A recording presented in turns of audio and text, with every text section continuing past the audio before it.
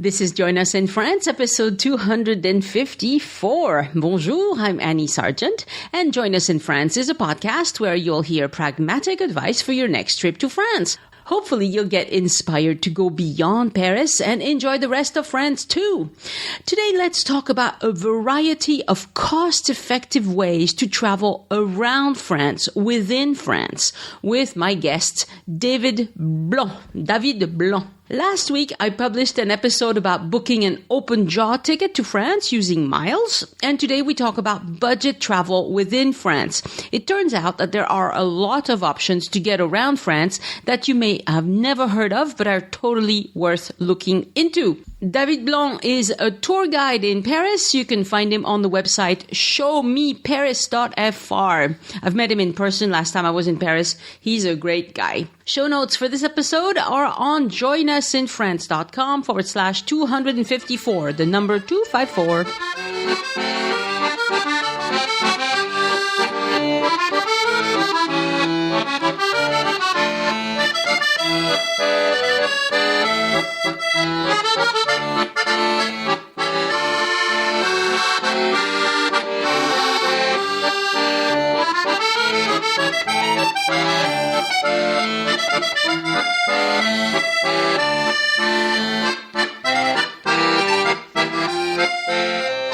Bonjour, David Blanc. David Blanc. I'm going to say it the French way. Such a good name. That's very nice.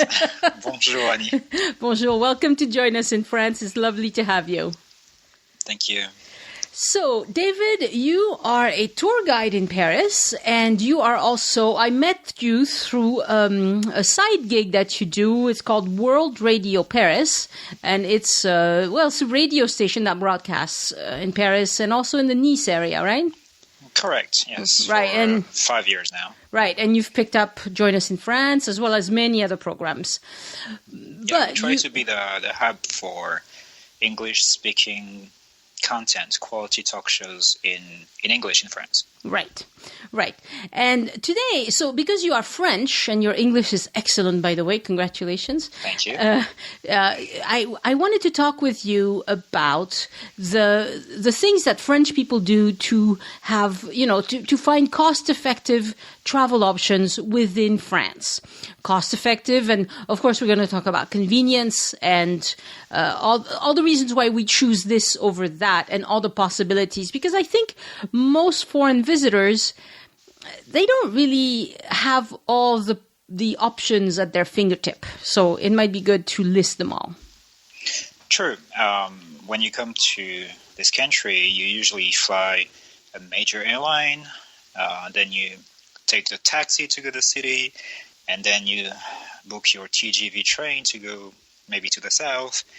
But you don't really know that there are other options out there that we know about, and I'd like to share that. Right.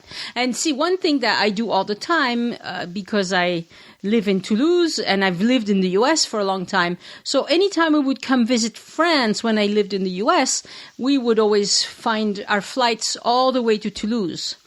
But it turned out that the Paris to Toulouse flight, portion of the trip was quite expensive a lot of the time. And I think if we had just booked our ticket, from the US to Paris and then found another way, we could have made it a lot cheaper. Of course, especially when you do flights connecting in Paris to another city, then you're kind of tied to a major airline or an alliance, as opposed to direct flights into Paris only, which can be done by low-cost airlines. Right. Well, that's true, because the booking engines won't even show you the low-cost airlines if you're asking to move on to a different city after Paris. Exactly. Okay. They only sell what we call point-to-point. They don't sell connections. Okay, good to know. Okay, so let's start with listing all the different ways you can get around in France.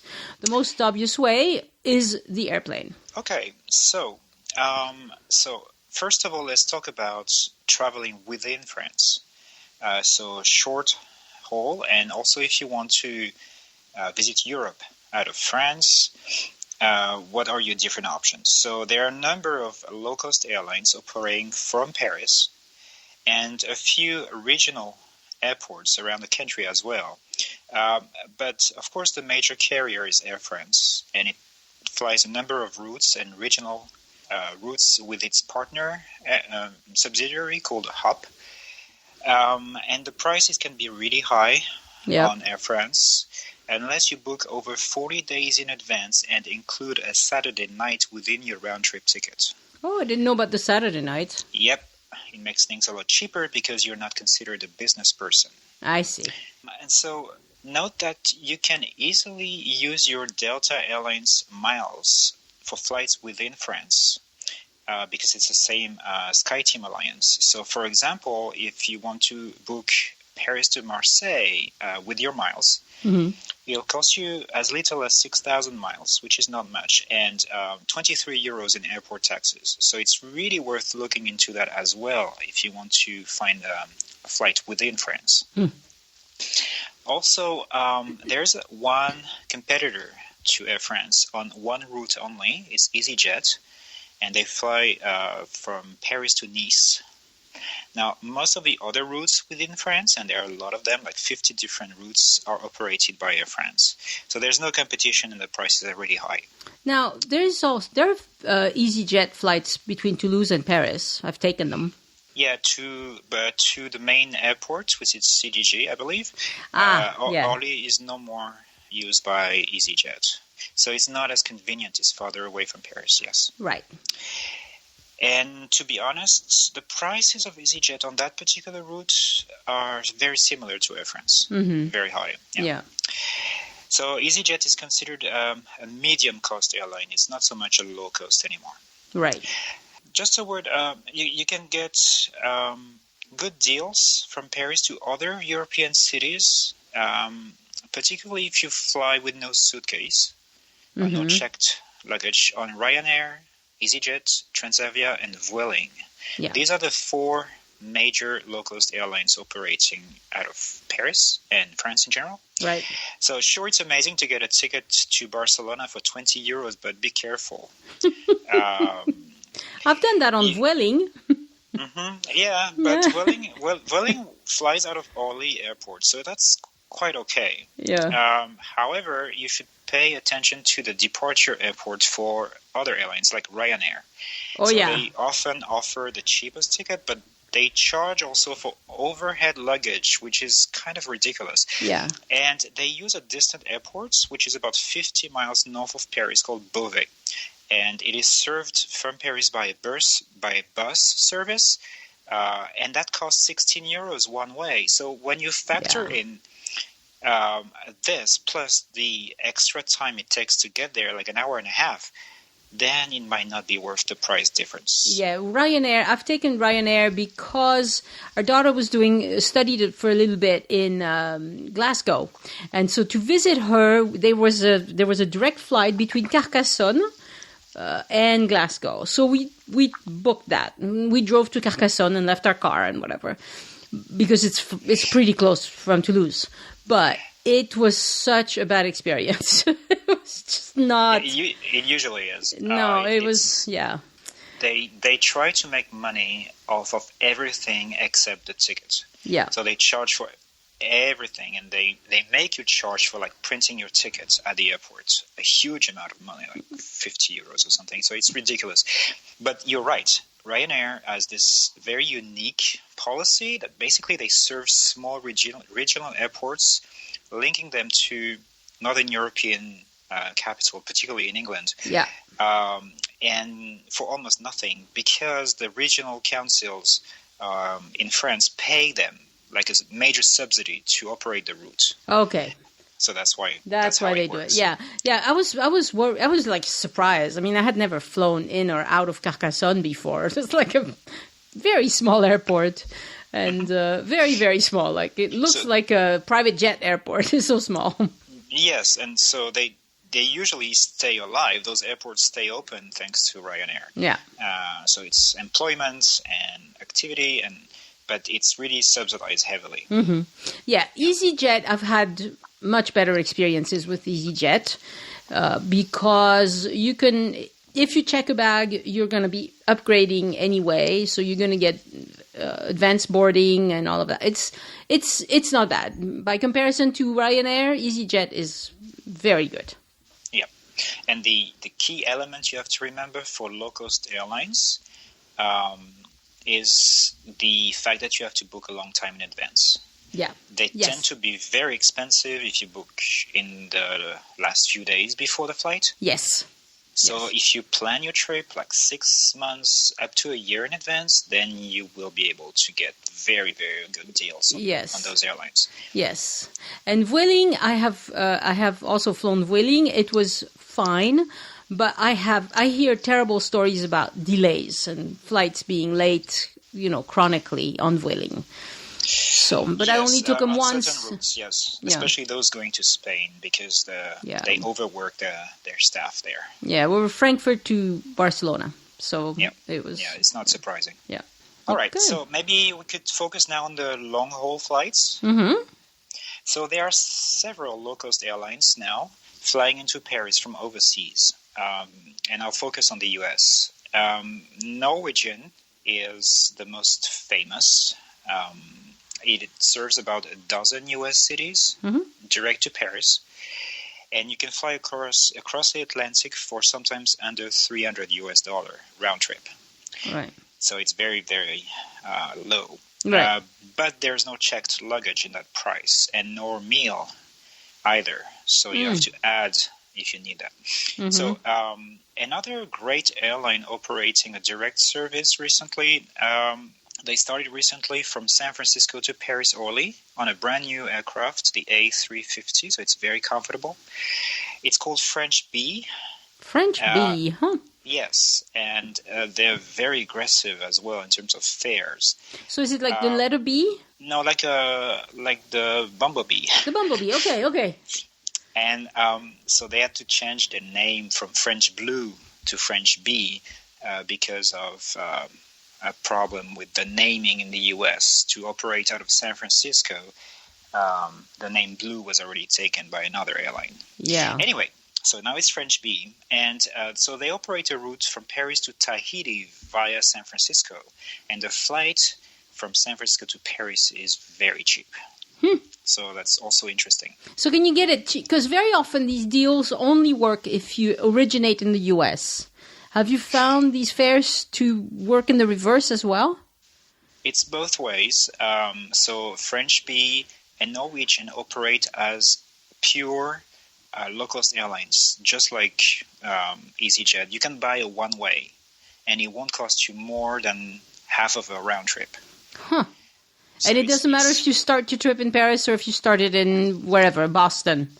No, it doesn't matter. Oh. It's the same fare. There's a slight fare difference linked to airport taxes. Oh, sure. Airport tax in France is higher than in the US.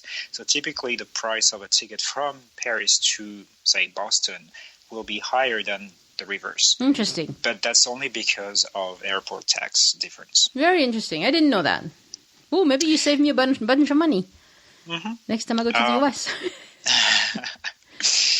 So there's another airline that flies out of Orly serving New York and Montreal, Canada at very low prices, €99 one way. It's called Level. Uh-huh. So Level is a new subsidiary of British Airways and Iberia, which are the same basically airline.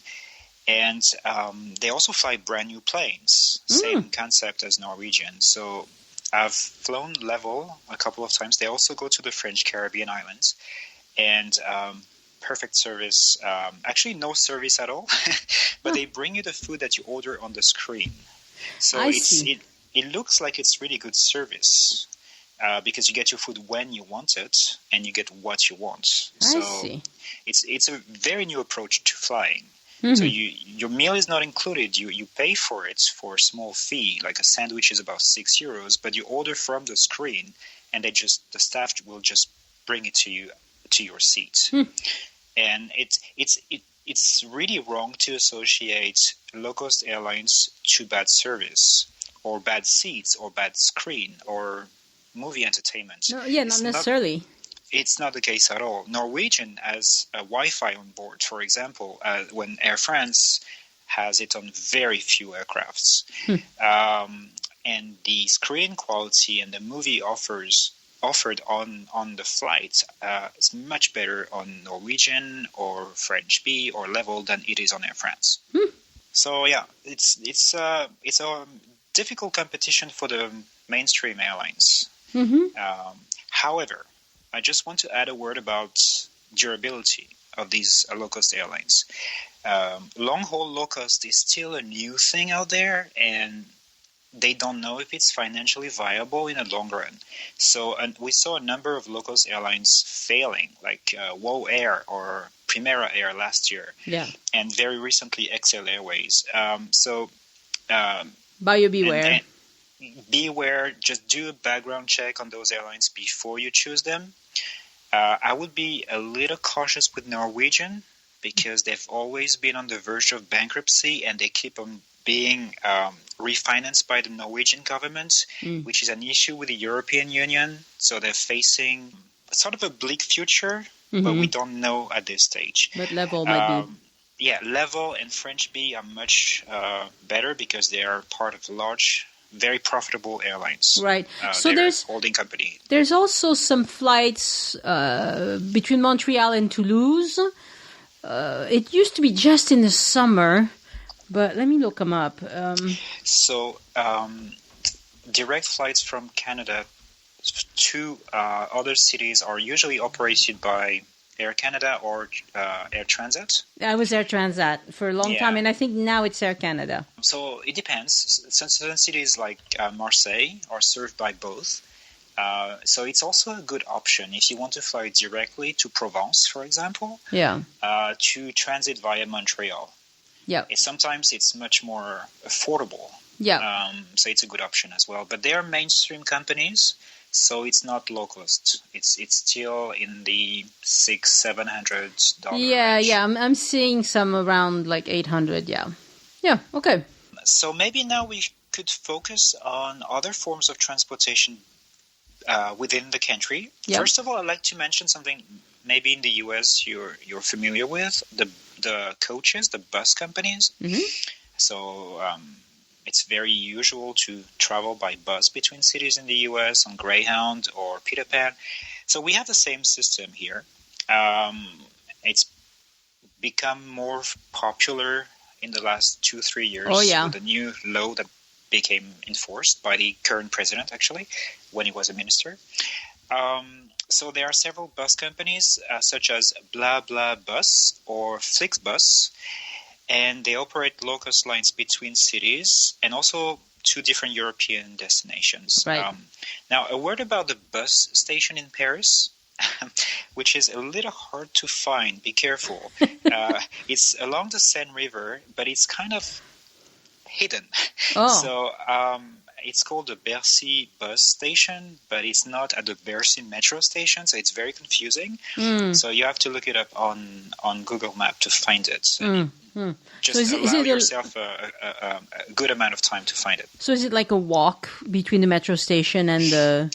Yeah, you have to get off at the Bercy metro, and then walk about a good 10 minutes. Okay. So if you have suitcase, and it's not easy. But, and I'll take an example, which is the city of Reims. A lot of Americans say Reims. It's Reims. It's the Champagne region. Please, let's say Reims, okay? But I hear Reims all the time. But so to reach Reims, you have a couple of options. You can take a regular train, but it costs a lot of money, or you can take a bus. So you can find tickets to go there from Paris for, let's say, a day trip for 99 cents one way, if you book, again, a long time in advance.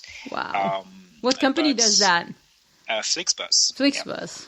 So it's a really good deal. It takes 2 hours as opposed to 45 minutes with the fast train, of course. Okay, but the good thing with this route is that what you have to know about Flixbus is that they have rules for when the drivers have to rest.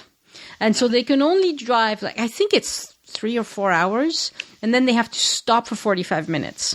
So, like, between Barcelona and Toulouse, if I drive, it's 5 hours. If I'm on a Flixbus bus, it's 6 hours, 7 hours, because there's two mandatory stops. And there's nothing you can do about that, you know. And on the overnight routes, usually they have 2 drivers. Right. Yeah.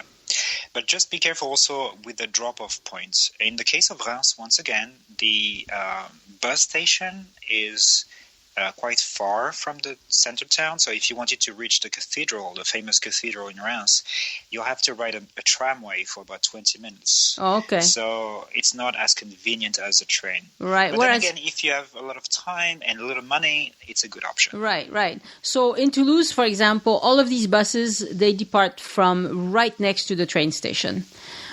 So it's really easy to get to. The hub is perfect. And the new TGV train station is also going to be within, 500 meters. So it's going to be very, very convenient in Toulouse, but not every city can do that. Sure. And sometimes the bus is the only way to reach certain areas. For example, if you want to go to Étretat, which is in Normandy, Flixbus does it, and there's no train going there, so it's a good option, right? As well. I will have to say good things about Flixbus because I've used it myself. I have a lot of friends and family who've used it. I've never had a bad experience. So yes, sometimes it takes forever. If you want to go a long distance, I would avoid Flixbus because it's very long. But if you have to just go a short distance, it's excellent. Absolutely. So basically for day trips around Paris or for a couple of days, if you don't want to rent a car to go somewhere outside Paris, on a budget, that's a good idea. Yeah. And so basically there's an app that compares all of those bus lines and train lines. It's called Bus Radar. I just wanted to mention it because it's very useful, and you can book directly. Yes, Bus Radar, and you can book directly from the app to any of those companies. So it's very, very nice. Very good. Last thing I wanted to mention: sometimes the TGV trains run special discounted round trip on Saturdays. So let's say you're in Paris and there is a Saturday during your trip, and you want to use that to go, let's say, to again Reims or Lyon. Just going back in the same day. So I don't know why, but they do that special heavily discounted tickets, round trips out of Paris on Saturdays on regular TGV trains. And honestly, these days, you don't really want to be in Paris on Saturdays if you can avoid it, because it's a mess. I mean, you never know. It might be nothing, but there might be demonstrations, gilets jaunes, whatever. They close, all sorts of things. So yeah, if I could get out of Paris on Saturday, I would. Yes, it's been difficult lately to be a tour guide in Paris on Saturday. Yeah. Now moving on to trains. So again, trains in France, you have to understand it's heavily used, but it's a monopoly of the state for another couple of years. So the prices are quite high. So the train company is SNCF, and so they've created a low-cost company called Ouigo. So basically, that's the only two options you have. Regular SNCF trains, which have Wi-Fi, and they are fancier, I guess. There's food on board. It's the newer trains. So it's a little better. And you can choose the low-cost option, which is Ouigo. Yeah. So they have a different app for Ouigo. They have a different booking system. Yep. They don't accept American Express cards. Yep. It's really a different company. Yep. And they did that to prepare for the arrival of competitors in a couple of years, when the European Union will force France to open up its train tracks to competition. Right. So let's focus on Ouigo. Now it's going almost anywhere in the country. They've just announced that for this winter and spring season, they will also offer trains between Paris and Lyon for as little as 10 euros.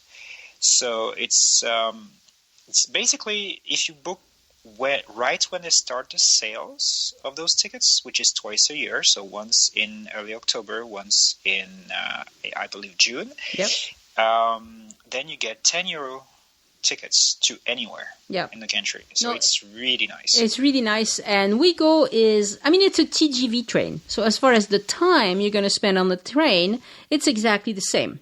Yes. The biggest difference, I've done both. The biggest difference is that Ouigo, the seats are not as comfortable, you don't have necessarily a plug, which you do on the Inouï. That's another name for SNCF, for the regular TGV. And you don't have Wi-Fi, and you don't have any food or drink on board. So you have to bring. Do you have to bring what you need? You have to bring what you need. And remember, you need also to pay extra for large suitcases. Yes, there's an extra charge for big suitcases. Yep. So it's €5 if you book it with the ticket on the app, and it's €20 if you do it at the station. Plus, you have to print your ticket beforehand. Otherwise, they charge as well. But the good thing about but you can use the app. I've showed up with just my ticket on the app, and it works. Yes, that's true. They do that. The good thing about Ouigo is the children. Children pay €8 whatever the distance and whenever you book. Wow. So that's really cool. So you're going to be on a train full of kids. Pretty much. Just be aware. It's a kindergarten. They're all going on vacation. But on Ouigo, they really limit the number of pieces of luggage. So you have one carry-on size and one handbag. So like if you bring your lunch, it has to fit in your handbag. Otherwise, that's another carry-on. Okay. Yeah. So you go to the train station, you stop at Paul, you buy a sandwich and a drink for the train, and they were like, "Oh, that's another carry-on." I'm like, "No, it's not. It's just my lunch." But I had to shove it in my bag. Yeah, they do check. Yes. Yeah. But it's just like airlines. Same system. Yeah. And so it's just like airlines for the price. So the earlier you buy, the cheaper it will be. Right, but don't try to buy 2 years in advance. Those tickets won't show. It's 6 months more or less. They open banks of tickets because I run this fairly large Facebook group. I know people always complain. They try to book the Eiffel Tower a year in advance. You can't. The tickets aren't open yet. Yeah. So the tickets are typically €10 if you leave Paris to anywhere in France. So it's only the main cities served, like Strasbourg, Bordeaux, Marseille.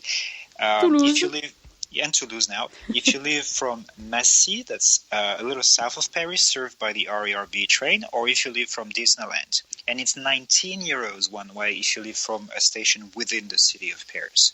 So it's a little bit more expensive. Right, that's what I was going to say. I've paid downtown. 19. Yes, I've paid 19, but I went to Montparnasse. Exactly. So that's normal because the tax there is higher. Now, one thing I want to say absolutely is that you usually, if you take the TGV, so the regular TGV is called Inouï, I-N-O-U-I, Inouï, which in French means unbelievable, right? Yep. or Ouigo. They do not depart from the same platforms. They have a completely separate check-in system. It is like completely different. So in Montparnasse, this last time, it's sometimes you have to arrive a bit early because most of the time the Ouigo depart from Hall 2 and TGV departs from Hall 1. But you cannot see that either on your ticket or on the overhead displays. And they make it a bit difficult, but they do say when you book, you have to get there 30 minutes beforehand, or right. might be denied boarding. Right. Ouigo, you have to get there 30 minutes early. TGV, it's 5 minutes. Yep. I think even maybe 2 minutes.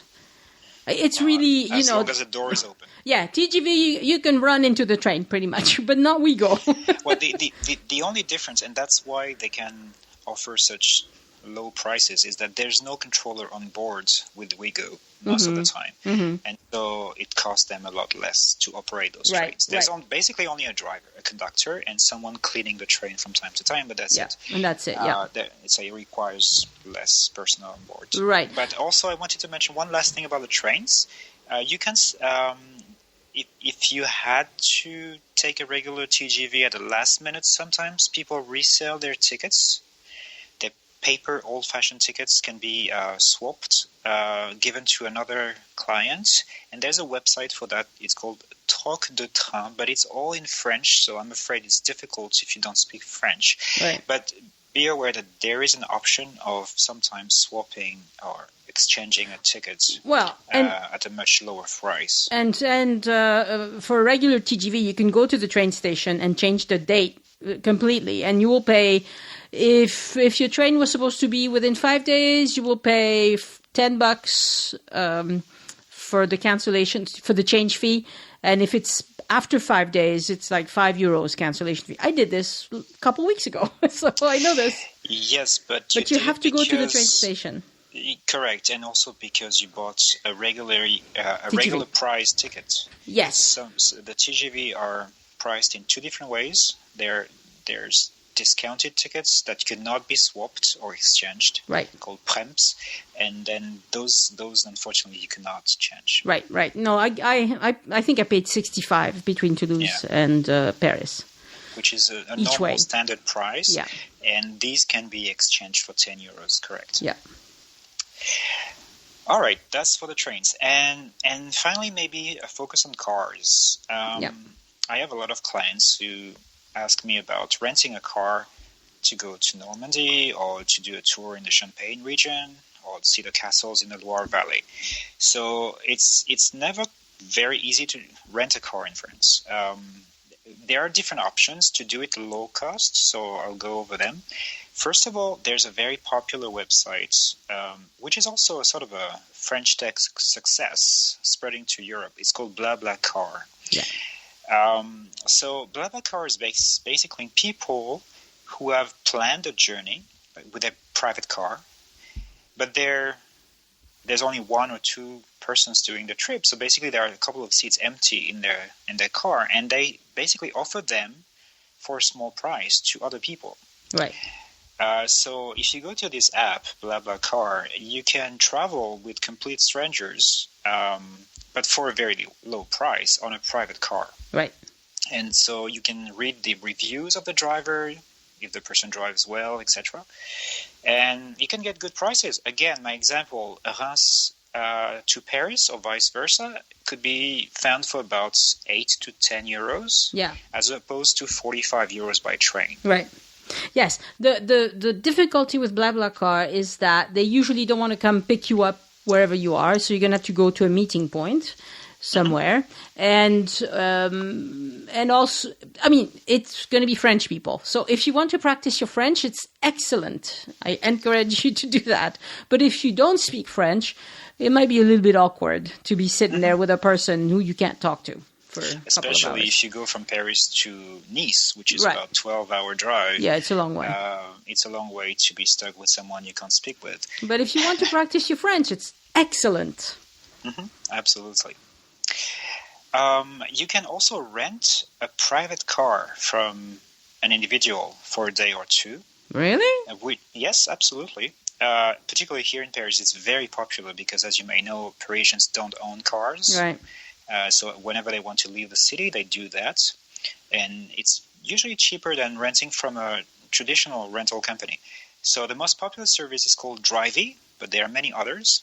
You just download the app. Correct. You just download the app, create an account. You have to upload a picture of your driver's license, and then they validate that, and then you can use it.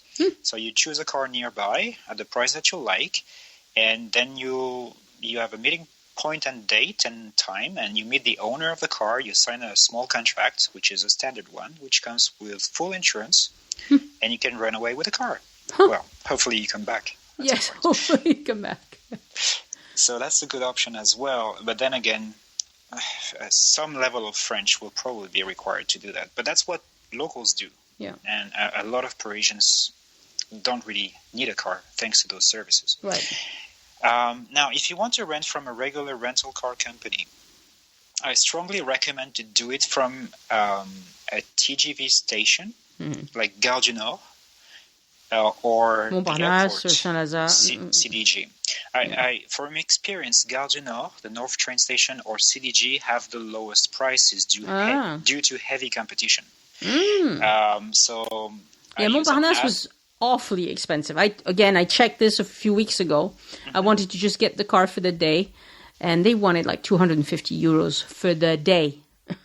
So if you follow my advice and you use a website called Auto Escape, which is a comparison company between different regular rental car companies. So autoescape.com, they'll direct you to the lowest prices.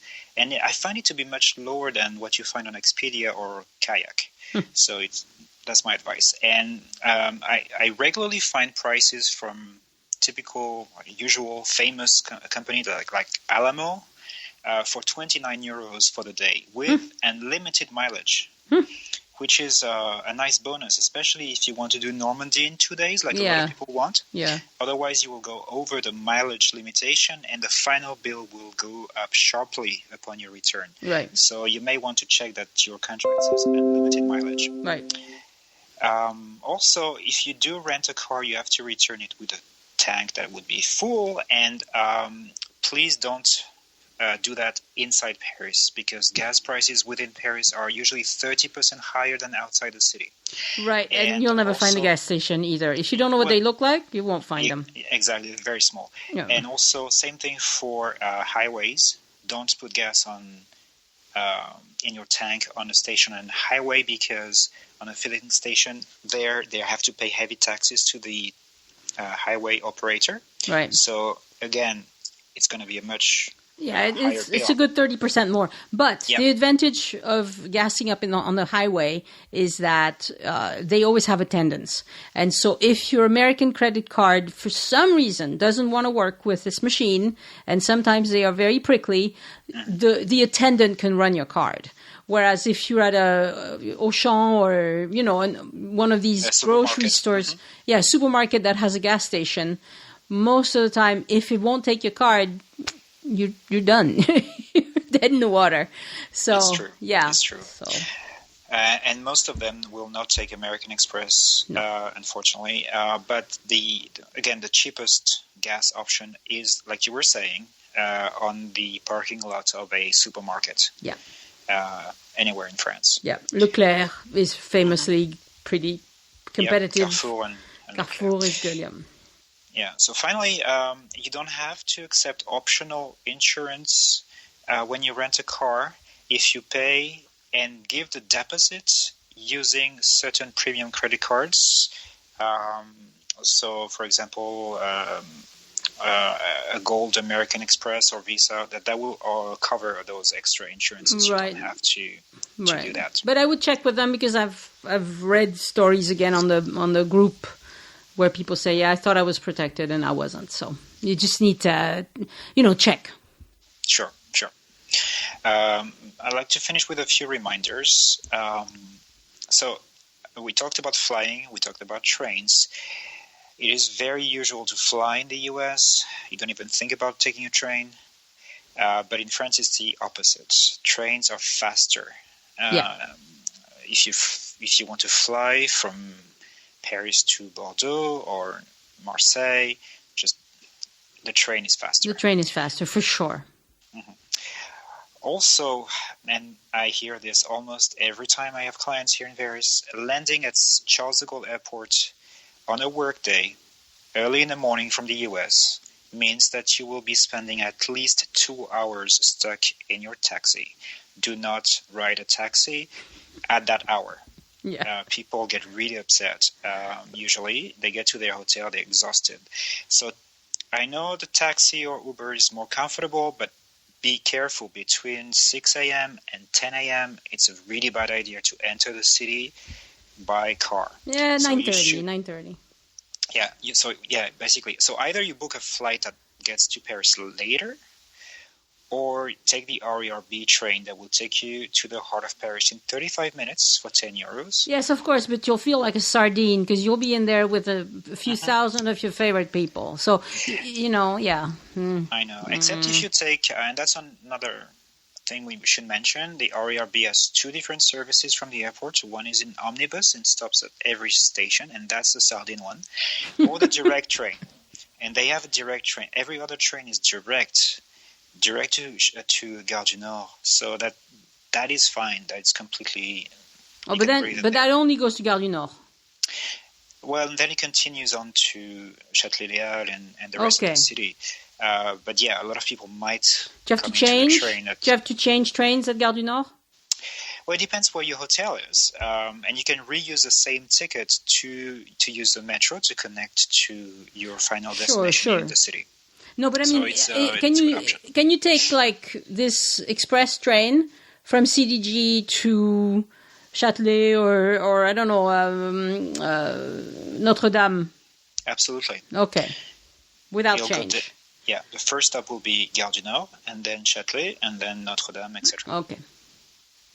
So it's also, I mean, it's much better than taxi during the rush hour. Mm-hmm. I'm a big proponent of not RER because I have been in there when it was so seriously packed.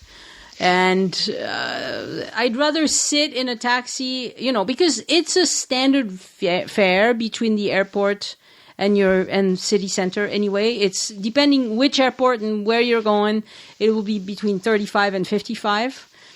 And sure, you're sitting in traffic, but I'd much rather do that than be standing with my nose in somebody's armpit. Honestly, I mean, like last time I took the RER from the airport, I was like, never again. This is horrible. Yeah, I heard your shows in the past saying that. Yeah. But then again, if you prefer doing the train to avoid the traffic, it's an option, but do the direct one. Yeah. And you can just see on the displays if it's a direct train or not. Correct. It will say Charles de Gaulle 2, Charles de Gaulle 1, and then Paris North or Paris Nord. Yeah. So if it's just that, then it's perfect. Okay. Good to know. Yeah, I was on the slow train last time I took the RER. It did stop everywhere. And they run every 7 minutes. So one is omnibus and the next one is direct. So it's really worth waiting 7 more minutes. Yeah. Excellent point. All right. Is this all we're going to cover for today? I think so. We've covered a lot of stuff, and you have managed to tell me things I didn't know about. So bravo. Bravo. Thank you. No, it's great. Well, tell us briefly about being a Parisian for 15 years. I can tell you have to learn those things. Yeah, you do. Tell us a little bit about your tour guiding services. What do you do? So I'm a tour guide. I do walking tours in the city. Mm-hmm. So I go pick up clients, usually a family. So it's private, small tours, small groups, usually a family, a couple of friends. And so I go pick them up from their hotel or Airbnb, and we discover Paris like a local, with stops in bakeries, but also I mentioned relevant buildings and history attached to all the sites that we see. But it's also going to local markets, trying different things that we do, going to areas that you would not normally discover. And so it's basically a website you can find me on. There's a shortcut called showmeparis.fr. Excellent. Takes you to me. Showmeparis.fr. Yes. Excellent. Yeah, there's a lot of people who would much, much rather be with a human guide than do it any other way, it's a good point. And especially if you have a group of people, it's really very good to do it that way. Yeah, I mean, I think it's much better. Of course, having a private guide is a little bit more expensive than joining a large group, but you get to interact a lot. We talk about so many things that people are curious about, like, for example, how our health system works in France, or why is our university free of charge? All these things that might be interesting to understand. And so we talk about politics. We have a nice conversation along the way, which is, it's lovely. Yeah. I've done plenty of those, but because I don't live in Paris, now I do GPS-aware audio tours, but it's not the same experience at all. And mine work best with people, if it's a couple or a solo person, especially because it's inexpensive. You will hear about an area. I will walk you to all the best places, but of course we won't be talking about politics or sharing a bottle of wine because I'm not there, So there you go. All right. Thank you so much for coming on the show. And I will put links to your website and all of this information that we shared on joinusinfrance.com. I'm not sure what episode number this is going to be, but such is life. I never know what number it's going to be. Well, it's probably going to be on World Radio Paris. Yes, and it will be on World Radio Paris as well. Merci beaucoup, Monsieur Blanc. Okay, thank you. Au revoir. Bye-bye. Thank you, Andy Nelson, Jeannie Wallace, and David Steinberg for pledging to support the show on Patreon this week. Patrons enjoy several rewards, including membership into a secret Facebook group where I answer questions every day, or at least as soon as they come up. They can also hire me to be their trip consultant if they want help with trip details that, can sometimes be a little difficult to figure out.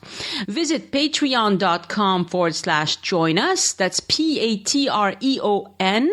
Join us with no spaces or dashes to see the different reward tiers. And thank you so much for giving back. This week, I published a French history brief episode about Champagne queens, Veuve Clicquot and Veuve Pommery, and what it has to do with the emancipation of women in France. And next week, I'll publish a new lunch break French for people who are wanting to train their ears to normal, fast speed French. Well, not fast, normal. My thanks also to Melissa Jacob for sending in a one-time donation by using the green button on any page on joinusinfrance.com that says tip your guide. Donations of $20 and over also get you an invite to the secret Facebook group. And if you'd like to support the show without spending a penny you wouldn't have otherwise, before you go shopping on Amazon, go to the bottom of any page on joinusinfrance.com and click on the Amazon ad. Because you came to Amazon through my site, I get a small commission and it does not cost you a penny more. And this is new this week. When you click on that Amazon banner ad on the bottom of joinusinfrance.com, it knows where you are and it sends you to the correct Amazon store. So if you're Canadian, it'll send you to amazon.ca. If you're in France, and there are a lot of American expats who listen to the show, it'll just send you to amazon.fr, etc. It works for England and for Germany as well. And there's also a booking.com ad at the bottom of joinusinfrance.com. If you're going to be booking hotel rooms and you start from that banner ad at the bottom of Join Us in France, the show gets a commission and it helps pay the bills, of course, which is always very nice. And again, it doesn't cost you a penny more. I want to read you a new short review of my Montmartre voice map tour to let you know that this sort of 2-sentence review is perfect. You don't need to write a long, whatever. This person wrote, "Loved this walking tour. So much information presented in a highly engaging and fun manner. Thank you for a lovely stroll through the beautiful Montmartre, Annie." Well, thank you for taking the time to review the tour. And if you're new to the show, let me explain that this is a self-guided walking tour that works with an app called Voice Map that you install on your smartphone. And I take you around Paris neighborhoods and tell you both the stories and the history, if that makes sense. It does to me. There are a few other ways to buy this tour, but podcast listeners should buy the tour through joinusinfrance.com/audio tours, because that way they get a nice discount. But you can also buy it directly from the Voice Map app on your smartphone. Thank you, Lori Schneier, for sending in more information about booking an open jaw ticket on Miles. I've added your tips on joinusinfrance.com/253. And this is something for you to know in general. I don't update the audio files once they're published as a rule, because that is a truly painful thing to do. But if I get more information about a specific topic, I add it to the show notes. So look at the show notes, okay?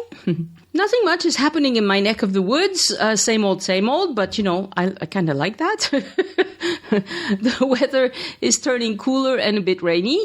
They had some devastating rains in other areas of the south of France and some flooding. It was really bad around the Hérault, so that's around the Mediterranean coast.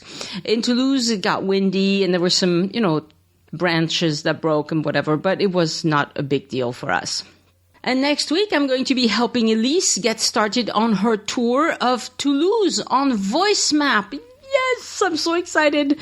She's going to give that a try. Stay tuned. That's going to be great. If you want to recommend the podcast to someone who already listens to podcasts, well, tell them to search for Join Us in France. And if they don't normally listen to podcasts, tell them that they can find us on Spotify or on Pandora or on the website, joinusinfrance.com, or search. Search. It really works. It's annoying sometimes, but it works. Send questions or feedback to Annie at joinusinfrance.com. Have a great week of trip planning or a great week in France if that's where you are. And I'll talk to you next week. Au revoir. The Join Us in France Travel Podcast is written and produced by Annie Sargent and copyright 2019 by Addicted to France. It is released under a Creative Commons Attribution, Non-Commercial, No Derivatives license.